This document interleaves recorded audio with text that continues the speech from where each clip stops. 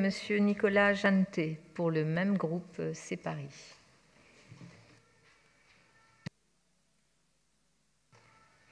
Merci, Madame la maire, de nous permettre de rendre hommage au président Giscard d'Estaing.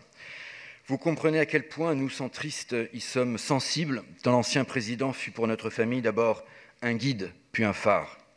Par ce « nous », j'entends bien sûr nous, les centristes du groupe Changer Paris, Véronique Bucaille, qui a travaillé à ses côtés pendant quelques années, Carline Lubin-Noël, Elisabeth Stib, Clotilde Rouard, René-François Bernard, Pierre Morin, Benoît Cuturello.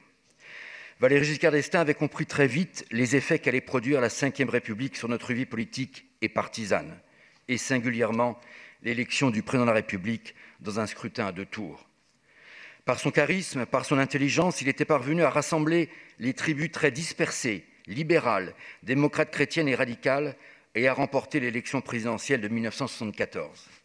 La création de l'UDF, quelques plus tard, dont l'aile libérale est représentée aujourd'hui ici par nous, les centristes d'Hervé Morin, vint consacrer cette unité retrouvée et proposer une construction partisane à toutes celles et tous ceux qui avaient soutenu ou voté pour Valéry Giscard d'Estaing.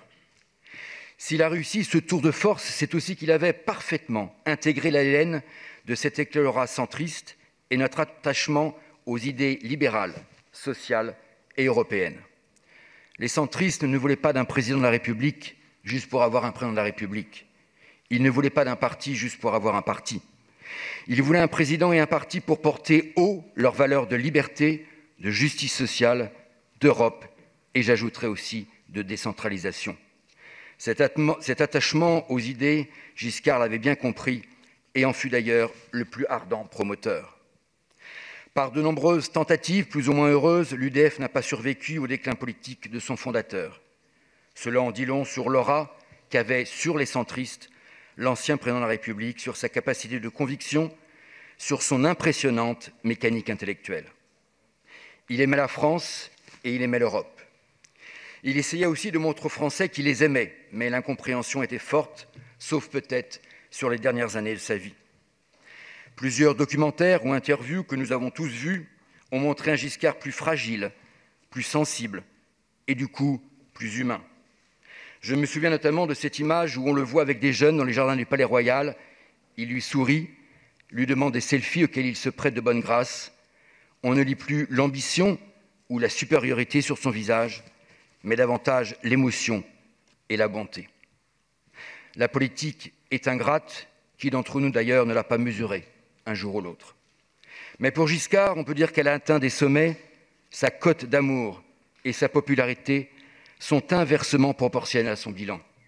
Le vote à 18 ans, l'IVG, le remboursement de la pilule, le système monétaire européen, le couple franco-allemand, le TGV, le regroupement familial, le divorce par consentement mutuel, l'arrivée des femmes au gouvernement, et quelles femmes, Françoise Giroud, Simone Veil, vous l'avez rappelé Madame la maire, sans oublier le Tour de France sur les Champs-Élysées, le musée d'Orsay et bien sûr l'élection du maire de Paris au suffrage universel.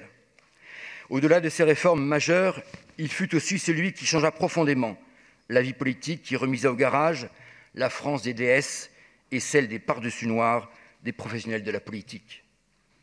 Si Zola a inventé les intellectuels, Giscard a inventé la société civile. Il lui a donné la parole, il l'a introduit dans la vie politique. Il a ouvert le chemin sur lequel François Mitterrand s'est ensuite engagé avec les radios libres ou les grandes lois de la décentralisation. De ce bilan considérable, aussi bien sociétal qu'européen, chacun reconnaîtra qu'on lui a fait peu crédit, en tout cas jusqu'à ces derniers jours.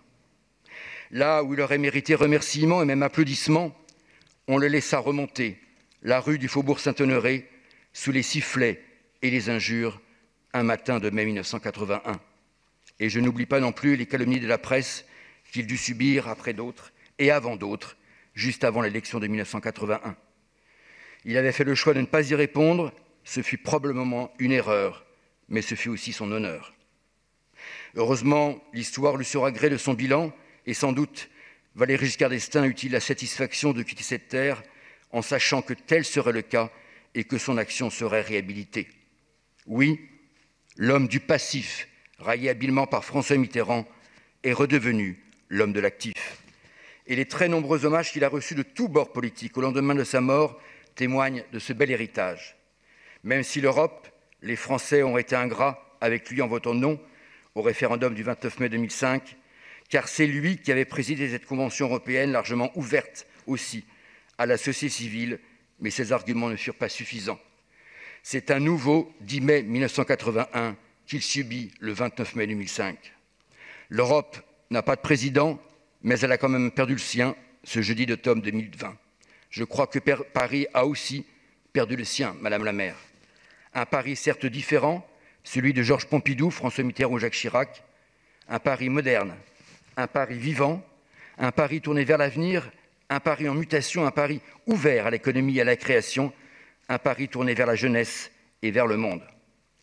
Comme les impressionnistes, en leur temps, Giscard fut un passeur entre deux mondes, entre deux siècles, entre deux époques. Comme les impressionnistes et comme les symbolistes, si présents au musée d'Orsay, il croyait aussi dans des mondes parallèles, dans des réalités plurielles du quotidien et de l'histoire.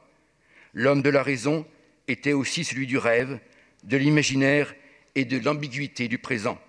C'est pourquoi, Madame la maire, nous souhaitons, comme l'a proposé Rachida Dati, que le musée d'Orsay puisse désormais s'appeler Musée Valéry Giscard d'Estaing.